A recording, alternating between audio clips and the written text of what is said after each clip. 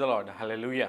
మరొకసారి దేవుని వాక్యాన్ని అందించడానికి దేవుడిచ్చిన మహాకృపను బట్టి, ఆయన తెరిచిన ద్వారాలను బట్టి ప్రభువుని స్తుతిస్తున్నాం.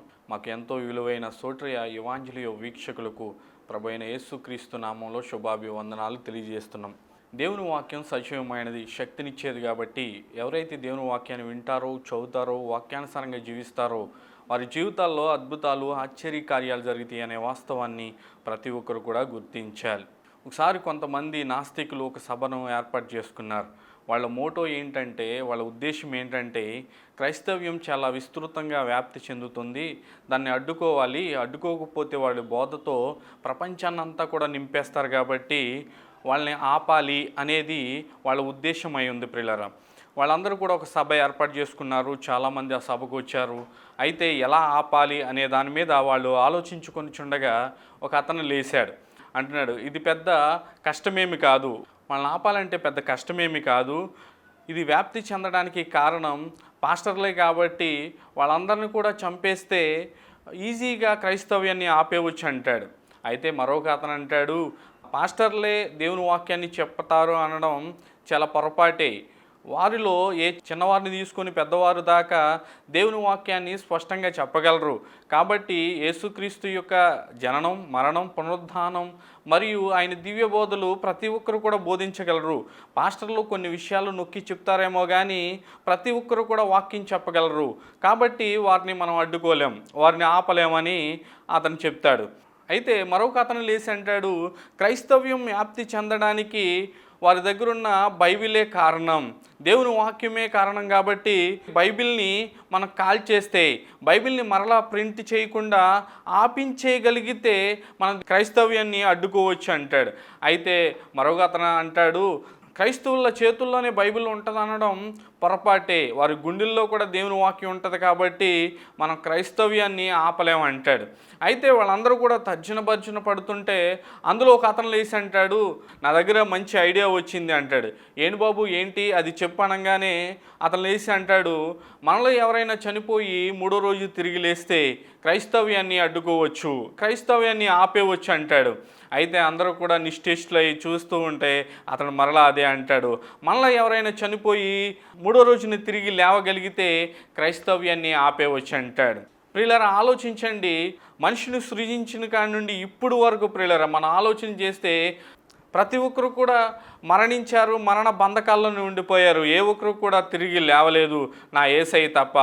దేవునికే మహిమ కలిగిన గాక. హల్లెలూయా. రాజులు అనబడిన వారు, చక్రవర్తులు అనబడిన వారు, రాజ్యాలు జయించిన వారు చాలామంది ఉన్నారు ప్రియులారా. అయితే ఏ ఒక్కరు కూడా మరణాన్ని జయించలేకపోయారు, మరణపు ముళ్ళును విరవలేకపోయారు. నా యేసయ్య మాత్రమే మరణాన్ని జయించి తిరిగి లేచాడు ప్రియులారా. అందుకే ఒక దైవజనుడు అంటాడు, క్రైస్తవుల యొక్క నిరీక్షణ ఖాళీ సమాధి అంటాడు. నిజమే, యేసుక్రీస్తు ప్రభువారు సమాధిని జయించి తిరిగి లేచాడు. ఈరోజున యెరూషలేము వెళితే ఖాళీ సమాధి కనబడుతుంది ప్రియులారా. భూప్రపంచంలో చాలామంది రాజులు అనబడిన వారు, చక్రవర్తులు అనబడిన వారు చాలామంది వచ్చారు. మన వారిలో చూసుకుంటే ఐగుప్తి రాజులు, ఫరోలు అంటారు వారిని, వాళ్ళు ప్రపంచాన్ని ఏలుబడి చేసేవాళ్ళు ప్రియులారా. వాళ్ళు కూడా చనిపోయి సమాధుల్లోనే ఉండిపోయారు. వారి తర్వాత బబులోను సామ్రాజ్యం వచ్చింది, వాళ్ళు కూడా ప్రపంచాన్ని జయించారు. అయితే బబులోను రాజులు చాలామంది వచ్చారు, అయితే వారు చనిపోయి సమాధుల్లోనే ఉండిపోయారు. తర్వాత మాదియ పారసిక సామ్రాజ్యం వచ్చింది ప్రియులారా. వారిలో కూడా చాలామంది రాజులు వచ్చారు. కోరేష్ అనే రాజు కూడా వచ్చాడు వారిలో నుండి, ఆయన కూడా మరణించాడు, మరణ బంధకాల్లో ఉండిపోయారు. కానీ అతను కూడా తిరిగి లేవలేదు. తర్వాత ప్రియులారా, గ్రీకులు సామ్రాజ్యం ఏర్పడింది. గ్రీకు సామ్రాజ్యానికి అధిపతి అయిన అలెగ్జాండర్ ది గ్రేట్ అనే వ్యక్తి కూడా భూప్రపంచం మీదకి వచ్చాడు ప్రియులారా. అతను కూడా ప్రపంచాన్ని జయించాడు కానీ మరణాన్ని జయించలేకపోయాడు. అతను కూడా సమాధిలోనే ఉండిపోయాడు. తర్వాత రోమన్లు ప్రపంచాన్ని ఏలుబడి చేశారు ప్రియులారా. అయితే వారు కూడా చనిపోయి సమాధుల్లోనే ఉండిపోయాయి. తర్వాత గొప్పవారు అనబడిన వారు చాలామంది వచ్చారు ఈ భూమి మీదకి, అయితే మరణించి మరణపు బంధకాల్లో ఉండిపోయారు. ప్రియులారా, ఆలోచించండి ప్రియులారా, రాజ్యాలను జయించేవారు, దేశాలని ఇన్ఫ్లుయెన్స్ చేసిన వారు చాలామంది చనిపోయారు, అయితే సమాధుల్లోనే ఉండిపోయారు. కానీ నా యేసయ్య మాత్రమే సమాధిని జయించి తిరిగి లేచాడు. దేవునికి మహిమ కలుగును గాక. హల్లెలూయా. పునరుద్ధానం గురించి మనం ఆలోచన చేస్తే ప్రియులారా, పునరుద్ధానం, ఉద్ధానం, తిరిగి లేవబడడం. అందుకే ఒక దైవజనుడు అంటాడు, రిజరెక్షన్ ఈజ్ డివైన్లీ వండర్ అంటాడు. అంటే ఇది దైవికమైన అద్భుతం ప్రియులరా. ఈ సృష్టిని మనం చూస్తున్నాం, భూమి మీద ఉన్న సర్వాన్ని మనం చూస్తున్నాం, ఆకాశంలో ఉన్న సర్వాన్ని మనం చూస్తున్నాం, సముద్రంలో ఉన్న సర్వాన్ని మనం చూస్తున్నాం ప్రియులరా. అయితే భూమి మీద ఉన్న వారిలో ఆయా మనిషి గొప్పవాడుగా ఉన్నాడు ప్రియులరా. మనిషిని మనం ఆలోచన చేస్తే మనిషి కూడా చాలా అద్భుతమైన వాడే. ఆ మనిషి యొక్క నిర్మాణం చాలా అద్భుతమే. అయితే ఇలాంటి అద్భుతం మరొక జరిగింది ప్రియులరా. ఈ భూమి మీద ఎలా అయితే సృష్టి అంతా కూడా అద్భుతంగా ఉందో, దేవుడు ఒక నూతన సృష్టిని చేస్తాను, నూతన ఆకాశము, నూతన భూమి, నూతన యెరూషలేము, నూతన రాజ్యము ఏర్పడుతుందని దేవుడు తెలియజేశాడు ప్రియులరా. దానిలో అవన్నీ కూడా మనం చూడంగానే దానిలో ఒకటి మనం చూడగలుగుతాం ప్రియులరా. అదేంటంటే మనిషి నూతన సృష్టిలో ఎలా ఉంటాడో మనకంటే ముందున్న పరిశుద్ధులు చూశారు ప్రియులరా. అయితే మనం నూతన యెరూషలేముని, నూతన భూమిని, నూతన ఆకాశాన్ని మనం చూడలేము, కానీ నూతన మనిషి ఎలా అయితే ఉంటాడో, నూతన దేహంతో ఎలా అయితే ఉంటాడో, మహిమ దేహంతో మనిషి ఎలా ఉంటాడో అనేది ప్రియులరా మనకంటే ముందున్న పరిశుద్ధులు చూశారు. నా యేసుక్రీస్తు ప్రభువారు ఆయన తిరిగి లేచాడు ప్రియులరా. ఆయన దేహం పునరుద్ధానపు దేహం, మహిమ దేహంతో ఆయన తిరిగి లేచాడు ప్రియులరా. అది ఒక అద్భుతం, అది ఒక ఆశ్చర్యం ప్రియులరా. పునరుద్ధానం గురించి క్లుప్త వివరణ మనం చూస్తే ప్రియులరా, యేసుక్రీస్తు ప్రభువారు ఆయన తిరిగి లేచారు. మత్తయి సువార్త 28వ అధ్యాయం 6వ వచనం, మార్కు సువార్త 16వ అధ్యాయం 6వ వచనం, లూకా సువార్త 24వ అధ్యాయం 6వ వచనంలో ఆయన తిరిగి లేచినట్టుగా మనం చూస్తాం ప్రియులరా. ఒకసారి మనం ఆలోచన చేస్తే ఆదివారం తెల్లవారుజామున ప్రియులరా, ఎర్లీ మార్నింగ్లోనే యేసుక్రీస్తు ప్రభువారు తిరిగి లేచారు. ఆయన లేచిన సమయం ఎగ్జాక్ట్గా మనకు తెలియదు ప్రియులరా. ఆయన ఏ సమయానికి టైం అనేది మెన్షన్ చేయలేదు, కానీ ఆయన తిరిగి లేచాడు అనడానికి ఒక సూచన అయితే మనకు కనబడుతుంది ప్రియులరా. ఆయన చనిపోయినప్పుడు బండల బద్దలయ్యాయి, భూమి వణికిందని దేవుని వాక్యంలో రాయబడింది ప్రియులరా. ఆయన తిరిగి లేచినప్పుడు కూడా భూకంపం వచ్చింది అనేది అక్కడ రాయబడింది ప్రియులరా. మనం ఆలోచన చేస్తే ఆయన తిరిగి లేచాడు అనడానికి ఇది ఒక సూచనగా ఉంది ప్రియులరా. మనం ఒకసారి ఆలోచన చేస్తే ఆదివారం తెల్లవారుజామున 2 దేవదూతలు పరలోకం నుండి ఈ లోకానికి వచ్చారు ప్రియులరా. వారే బండను పొర్లించి దాని మీద ఒక దేవదూత కూర్చున్నట్టుగా వ్రాయబడింది ప్రియులరా. దాని మీద కూర్చున్నారు. అయితే అది తెరబడిన తర్వాత కొంతమంది స్త్రీలు ఆ సమాధి దగ్గరికి వెళ్ళారు.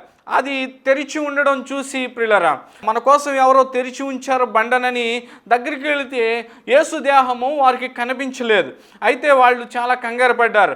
అయితే అందులో మగ్దలేని మరియ అనే ఆమె ప్రియులరా పరిగెత్తుకుంటూ వెళ్ళి పేతురుకు యోహానుకు తెలియజేసినప్పుడు, తక్కిన శిష్యులందరికీ కూడా తెలియజేసినప్పుడు పేతురు యోహాను ఇద్దరు కూడా పరిగెత్తుకుంటూ వస్తారు.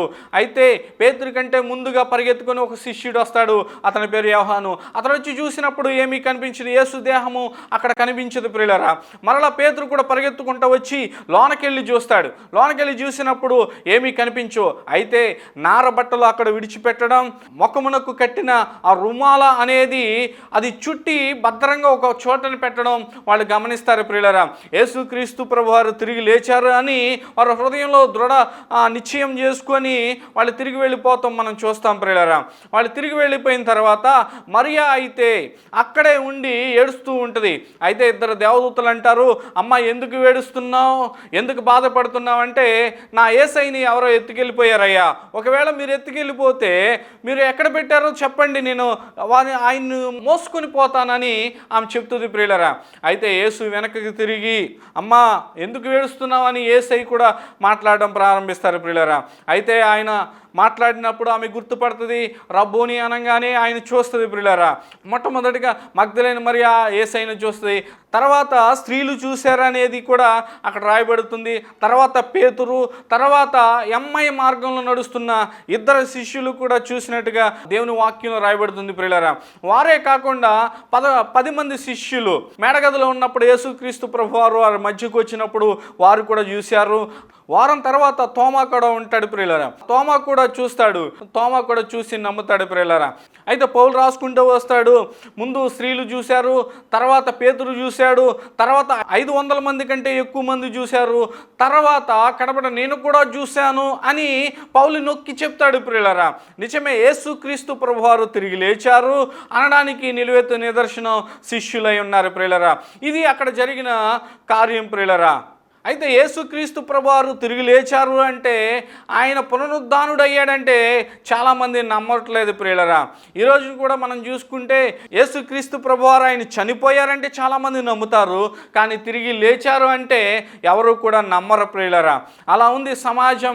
అందుకే ఒక దైవజనుడు అంటాడు, క్రైస్తవ్యం అనేది అది పునరుద్ధానపు యొక్క మతము ప్రియులరా. ఒకవేళ పునరుద్ధానాన్ని దానిలో నుండి తొలగిస్తే క్రైస్తవ్యం అనేది నాశనం అవుతుంది అంటాడు. నిజమే ప్రియులరా, క్రైస్తవ్యాన్ని పునరుద్ధానాన్ని వేరు చేయలేం. ఎందుకంటే క్రైస్తవుల యొక్క నిరీక్షణ, క్రైస్తవుల యొక్క విశ్వాసము పునరుద్ధానమే. పునరుద్ధానంలో ఉన్న అపోహాలు ఏంటో మనం చూద్దాం, రూమర్స్ ఏంటో చూద్దాం ప్రియులారా. వాటికి వివరణ ఇచ్చే ప్రయత్నం కూడా మనం చేద్దాం. అరిమతాయి యేసేబే యేసు దేహాన్ని తీసుకువెళ్ళి వేరొక సమాధిలో ఉంచాడు అనేది అప్పుడున్న అపోహ ప్రియులరా. రెండవదిగా మనం చూస్తే శిష్యులే యేసు దేహాన్ని దొంగిలించారు. మూడవదిగా మనం చూస్తే ప్రియులరా, యేసుక్రీస్తు ప్రభువారు ఆయన సిలువలో చనిపోలేదు, స్పృహ తప్పి పడిపోయారు, ఆయన తర్వాత తిరిగి లేచి ఎక్కడికో వెళ్ళిపోయారు అనేది అక్కడున్న అపోహాలు ప్రియులరా, అక్కడున్న రూమర్స్ ప్రియులరా. అయితే వాటికి మనం వివరణ ఇద్దాం. మొదటిగా అరిమతాయి యేసేబే ఈ దేహాన్ని తీసుకువెళ్ళి వేరొక సమాధిలో ఉంచాడు అనేది వారి వాదన ప్రియులరా. మనం ఆలోచన చేస్తే యేసేబే ఈ దేహాన్ని తీసుకెళ్ళి వేరొక సమాధిలో ఎలా ఉంచుతాడు? ఆయన తొలిపించుకున్న ఒక నూతన క్రొత్త సమాధిలో యేసు ప్రభుని ఉంచారు. అరిమతాయి యేసేబే పిలాతు దగ్గరికి వెళ్ళి యేసు దేహం తనకిమ్మని అడుగుతాడు ప్రియులరా. అప్పుడే ఆయన తీసుకువెళ్ళి వేరొక కొత్త దానిలో పెట్టవచ్చు కదా, అప్పుడు పెట్టకుండా దానిలో ఎందుకు పెట్టాడు అనేది మనం ఆలోచన చేయాలి ప్రియులరా. ఆయన తొలిపించింది ఒక క్రొత్త సమాధి అనేది వ్రాయబడింది ప్రియులరా. ఆయన తొలిపించింది ఒక సమాధే, దానిలోనే యేసు ప్రభుని ఉంచారు. మరి రెండోది కూడా మనం ఆలోచన చేస్తే ప్రియులరా, అరిమతాయి యేసేబే వేరొక సమాధిలో ఉంచారు అనేది మనం ఆలోచన చేస్తే అక్కడున్న స్త్రీలు కానీ శిష్యులు కానీ చాలా దగ్గర నుండి చూశారు ప్రియులరా. వారు కూడా ఖచ్చితంగా ఆ సమాధి దగ్గరికే వెళ్ళారు, వేరొక సమాధిలో పెట్టలేదు అనడానికి ఈ స్త్రీలు సాక్షులై ఉన్నారు ప్రియులరా. వీళ్ళు సిలువేసినప్పుడు దగ్గరే ఉన్నారు, ఆయన సమాధి చేసినప్పుడు బరియలు చేసినప్పుడు కూడా ఆ దగ్గరే ఉన్నారు ప్రియులరా. వాళ్ళు తర్వాత నేరుగా సమాధి దగ్గరికే వెళ్ళారు. అంటే అరిమతాయి యేసేబు వేరొక సమాధిలో ఉంచలేదు అనేది మనకు స్పష్టంగా కనబడుతుంది ప్రియులరా. రెండవదిగా మనం చూసుకుంటే శిష్యులే యేసు దేహాన్ని దొంగిలించారు అనేది వారి వాదన ప్రియులరా.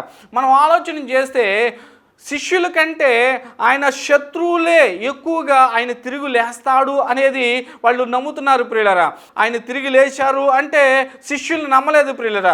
తెల్లవారుజామున స్త్రీలు వెళ్ళి యేసు ప్రభువారు మాకు కనిపించారు, ఆయన తిరిగి లేచారు అంటే శిష్యులకు చెప్తే శిష్యులు నమ్మలేదు ప్రియులరా.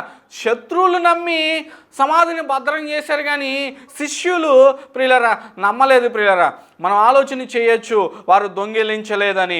మరొకటి మనం ఆలోచన చేస్తే ప్రియులరా, యేసుక్రీస్తు ప్రభువారు ఆయన శిష్యుల దగ్గరికి వచ్చినప్పుడు మీకు సమాధానం కలుగునుగాక, మీకు సమాధానం కలుగునుగాక, మీకు సమాధానం కలుగునుగాక అని 3 సార్లు పలికినట్లుగా దైవ గ్రంథంలో మనం చూస్తాం ప్రియులరా. అంటే వాళ్ళు చాలా వేదనతో ఉన్నారు, చాలా భయాందోళనలో ఉన్నారు, చాలా వణుకుతో ఉన్నారు అనేది మనకు కనబడుతుంది ప్రియులరా. అంత భయాందోళనలో ఉన్నవారు వాళ్ళు ధైర్యం చేసి యేసు దేహాన్ని తీసుకెళ్ళారు అనడం, దొంగిలించారు అనడం అవాస్తవం ప్రియులరా. మూడవదిగా మనం చూసుకుంటే ప్రియులరా, ఆయన సిలువలో చనిపోలేదు, ఆయన స్పృహ తప్పు పడిపోయారు, తర్వాత ఆయన తిరిగి లేచి వెళ్ళిపోయాడా అనేది చాలామంది వాదన ప్రియులరా. అయితే అరిమతాయి యేసేబు ప్రియులరా పిలాతు దగ్గరికి వెళ్ళినప్పుడు యేసు దేహము తనకిమ్మన్నప్పుడు పిలాతు అంటాడు, ఆయన అప్పుడే చనిపోయాడా అని పక్కనున్న సైనికుల్ని పిలిచి ఆయన అప్పుడే చనిపోయాడా అని అక్కడ రుజువులు తీసుకొని ఆధారం చేసుకొని అప్పుడు యేసు దేహాన్ని తనకిస్తాడు ప్రియులరా. ఖచ్చితంగా నిశ్చయించుకున్న తర్వాతే యేసు దేహాన్ని అతనికి అప్పగించినట్టుగా మనం చూస్తాం ప్రియులరా. అక్కడున్న సైనికులు కూడా ఆయన చనిపోయారు అని నిర్ధారణ చేసుకొని ఆయన కాళ్ళు విరగొట్టలేదు అనేది అక్కడ స్పష్టంగా కనబడుతుంది ప్రియులారా. అయితే అక్కడున్న పక్కనున్న ఇద్దరు దొంగలు కూడా కాళ్ళు విరగొట్టారు. యేసయ్యకి ఎందుకు కాళ్ళు విరగొట్టలేదంటే అప్పటికే ఆయన చనిపోయాడని వాళ్ళు నిర్ధారణ చేసుకొని ఆయన కాళ్ళు విరగొట్టలేదు ప్రియులారా. ఈ రెండు విషయాలు చాలు ఆయన చనిపోయాడు అనడానికి. అయితే పునరుద్ధానపు రుజువులు మనం చూస్తే ప్రియులరా, ఆధారాలు మనం చూస్తే అక్కడ కొన్ని ఆధారాలు మనకు కనబడతాయి ప్రియులరా. ఆ వాటిలో మన ఆధారాలు మనం చూసుకుంటే అక్కడున్న ప్రియులరా పెద్ద బండ మనకు కనబడుతుంది. దానికి అడ్డం పెట్టిన ఆ స్టోన్ ఏదైతే ఉందో అది మనకు కనబడుతుంది ప్రియులరా. రెండోదిగా మనం చూసుకుంటే శిష్యులకు అంటే అక్కడున్న వారికి తన వారికి ఆయన కనిపించాడు అనేది రెండవ రుజువుగా ఉంది ప్రియులరా. మూడో రుజువు ఏంటో తెలుసా? అపోస్తుల యొక్క పరిచర్య ప్రియులరా. ఈ మూడు కూడా పునరుద్ధానానికి రుజువులై ఉన్నాయి, ఆధారాలై ఉన్నాయి ప్రియులరా. వరుసగా మనం చూద్దాం. అక్కడ ఉన్న బండను మనం ఆలోచన చేస్తే ప్రియులరా అది చాలా అద్భుతం. ఎందుకంటే అంత పెద్ద బండను ఎవరు కూడా దొర్లించలేరు. అప్పుడు సమాధి దగ్గరికి వెళ్ళింది స్త్రీలు మాత్రమే వెళ్ళారు.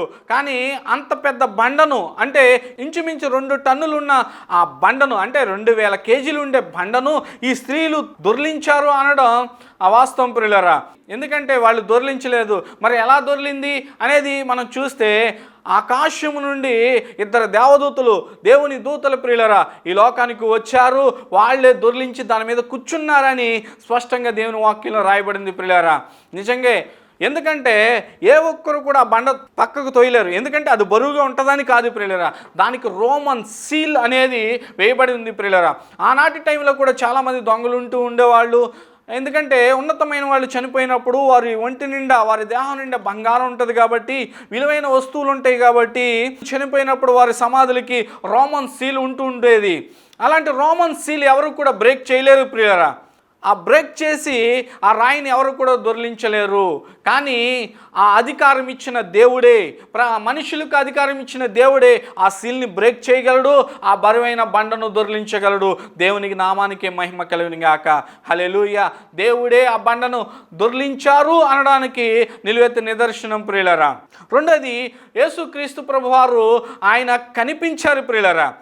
మొట్టమొదటిగా మనం చూసుకుంటే మగ్దలేని మరియ, తర్వాత శిష్యులు, తర్వాత పేతురు, తర్వాత ఎమ్మాయి మార్గంలో నడుస్తున్న 2, తర్వాత 10 మంది, తర్వాత 500 మంది కంటే ఎక్కువ, తర్వాత పౌలు కూడా కనిపించారు.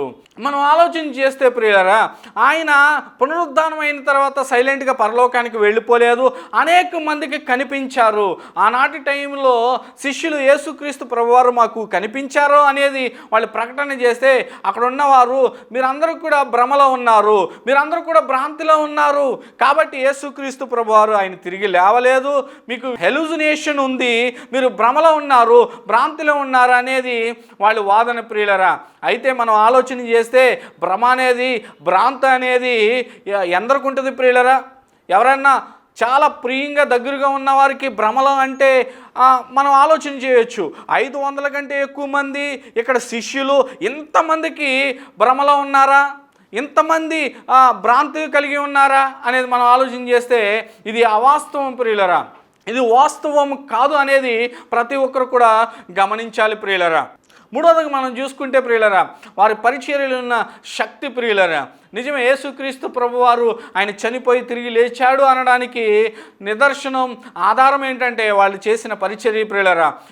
ఏ యూదులైతే చంపుతారన్నారో, ఏ రోమన్స్ అయితే సైనికులు అయితే చంపుతారని భయపడి దాక్కున్నారో ప్రియులరా, వారి ముందు ధైర్యంగా దేవుని సువార్తను ప్రకటించారు, ధైర్యంగా దేవుని గురించి పునరుద్ధానం గురించి వాళ్ళు మాట్లాడారు ప్రియులరా. పేతురు అయితే అపోస్తుల కార్యములు 2వ అధ్యాయంలో ఆయన స్పష్టంగా అంటాడు, ఆయన తిరిగి లేచాడు, మేమందరం కూడా సాక్షి ఆయన చాలా ధైర్యంగా వాళ్ళ ఎదుట నిలబడి దేవుని వాక్యాన్ని చెప్తాడు ప్రియులరా. మీరు ఆలోచన చేయండి, వాళ్ళ శక్తి కలిగిన పరిచర్య ప్రియులరా. ఆ రోజున చాలామంది చాలా శ్రమలు, ఇబ్బందులు, ఇరుకులు, బాధలు, కష్టాలు వాళ్ళ పరిచర్యలు చూశారు. ఏనాడు కూడా ప్రియులరా వెనకడుగు వేయకుండా యేసుక్రీస్తు ప్రభువారు కోసం ముందుకే వెళ్ళారే తప్ప వెనకడుగు వేయలేదనే వాస్తవాన్ని ప్రతి ఒక్కరు కూడా గమనించాలి. పునరుద్ధానం వలన మనకు కలిగే ప్రయోజనాలు ఏంటి అనేది మనం ఆలోచన చేస్తే ప్రియులరా చాలా ప్రయోజనాలే ఉన్నాయి. మొట్టమొదటిగా మనం చూసుకుంటే మనం ఏదైతే దేవుని లేఖనములు మనం ఆధారం కలిగి జీవిస్తున్నామో, ఏ లేఖనాలు అయితే సత్యం అని మనం నమ్మి విశ్వసిస్తున్నాం ప్రియులరా, ఆ లేఖనాలు ప్రియులరా ఈ పునరుద్ధానం వలన సత్యము అనేది నిరూపితమయ్యాయి. ఒకవేళ మన కీర్తన గ్రంథంలో ఆయన తిరిగి లేస్తాడా అనేది అక్కడ ఉన్న ప్రవచనాలు ప్రియులరా. ఒకవేళ ఆయన తిరిగి లేవకపోతే మనం నమ్ముతున్న విశ్వసిస్తున్న ఈ లేఖనాలు అబద్ధంగా కనబడతాయి ప్రియులరా, అసత్యంగా కనబడతాయి ప్రియులరా. ఆయన తిరిగి లేచాడు కాబట్టి దేవుని వాక్యం అనేది అది సత్యము అనేది మనకు రుజువు అవుతుంది ప్రియులరా. రెండోది మనం చూసుకుంటే ప్రియులరా, మన సొంత పునరుద్ధానపు భవిష్యత్తు ప్రియులరా మనకిస్తుంది ప్రియులరా. ఎందుకంటే యేసుక్రీస్తు ప్రభువారు ఆయన తిరిగి లేచారు, ఆయన తిరిగి లేచినట్టే మనం కూడా తిరిగి లేస్తాము అనేది మన విశ్వాసం, మన నిరీక్షణ, మన హోప్ అదే ప్రియులరా. ప్రథమ ఫలంగా ఆయన తిరిగి లేచాడు, తర్వాత మనం కూడా తిరిగి లేస్తాము, మనం కూడా ఆయనలాగానే మహిమ దేహాలతో లేస్తాము అనేది మన యొక్క నిరీక్షణ ప్రియులరా. మనకి ఇలాంటి నిరీక్షణ అనేది పునరుద్ధానం వస్తుంది, మన సొంత నిరీక్షణ బలపరుస్తుంది, భరోసా ఇస్తుంది ప్రియులరా ఈ పునరుద్ధానం. మూడవదిగా చూసుకుంటే ప్రియులరా, పునరుద్ధానం యొక్క క్రీస్తు మన కొరకు దేవుని దగ్గర ప్రధాన యాజకుడిగా ఉన్నాడు అనేది మనకు తెలుస్తుంది ప్రియులరా. మనం హెబ్రీ పత్రికలో మనం చూసుకుంటే 7వ అధ్యాయంలో ఆయన ప్రధాన యాజకుడిగా మన కొరకు ప్రార్థిస్తున్నాడు అనేది అక్కడ రాయబడింది ప్రియులరా. ఈ ప్రధాన యాజకులైతే ఒకరి తర్వాత ఒకరు చనిపోతారు, ఆ తర్వాత వేరొకరు వస్తారు, కానీ మనకు నిత్యము నిలిచే ప్రధాన యాజకుడు దేవుని దగ్గర ఉన్నాడు. మనం రక్షించబడిన తర్వాత పొరపాటున మనం లోకంలో పడిపోతే జారిపోతే మన కొరకు ప్రార్థించడానికి, మన శ్రమల్లో, మన ఇబ్బందులు, మన ఇరుకుల్లో మనకి సహాయకుడిగా మనకు ప్రార్థించడానికి ప్రధాన యాజకుడిగా మరలా ఆయన దేవుని దగ్గర ఉన్నాడు అనేది మనం గమనించాలి ప్రియులరా. లాస్ట్గా మనం చూసుకుంటే ప్రియులరా, ఈ పునరుద్ధానము మనం జీవించడానికి, ఈ దైవ జీవితానికి ఒక శక్తి లాంటిది ప్రియులరా. నిజమే, ఈ పునరుద్ధానపు శక్తి కలిగి మనం జీవిస్తూ ఉంటాం ప్రియులరా. ఎందుకంటే మనలో ఆ పునరుద్ధానపు శక్తి ఉంటే ఎక్కడ కూడా ఈ నిరీక్షణతో, ఈ ఆధారంతో ప్రియులరా, ఈ విశ్వాసంతో మనం ముందుకు వెళతాం ప్రియులరా. ఎన్ని శ్రమలు వచ్చినా, ఎన్ని ఇరుకులు వచ్చినా, ఇబ్బందులు వచ్చినా, ఎలాంటి సమస్యల శ్రమల సుడిగుండంలో మనం పడిపోయినా ప్రియులరా, మనం ఎక్కడ కూడా భయపడకుండా మనం ముందుకే సాగిపోగలం.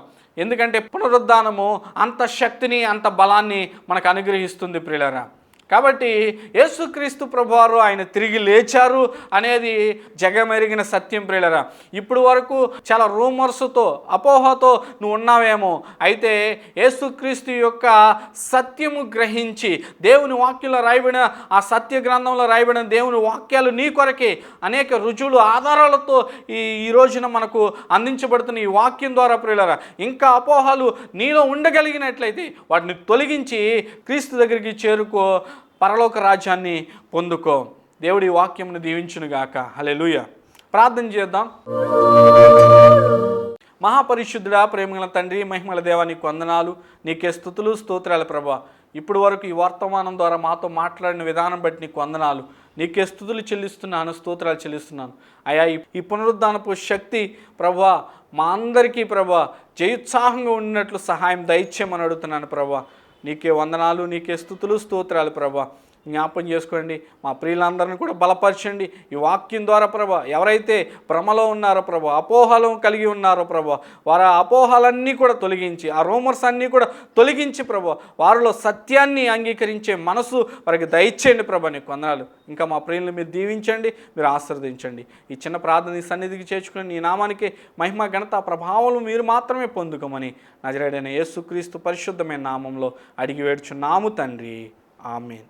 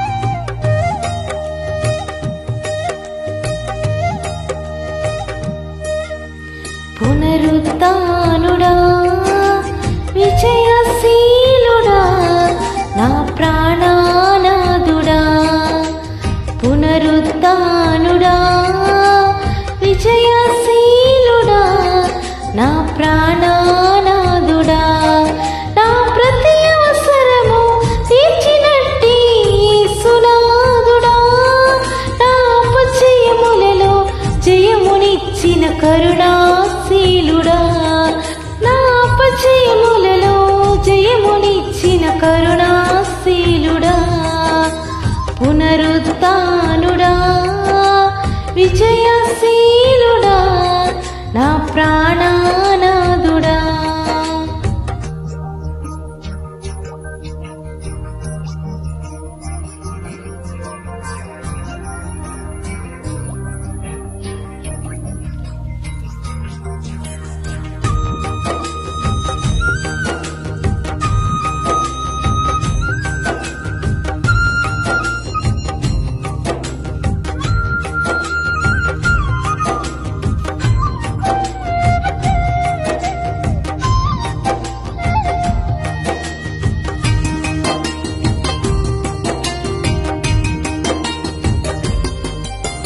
కొండలు లోయలు ఎదురైనా చడియలు యేసయ్యా, శోధన వేదన బాధలలో నిన్ను విడువను యేసయ్యా.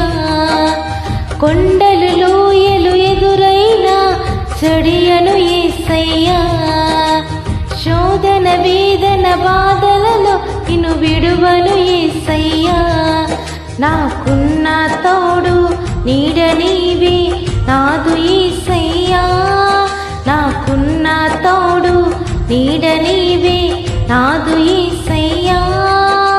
ప్రేమ పూర్ణుడా, నా స్తుతికి పాత్రుడా, ప్రేమ పూర్ణుడా, నా స్తుతికి పాత్రుడా, పునరుత్థానుడా, విజయశీలుడా,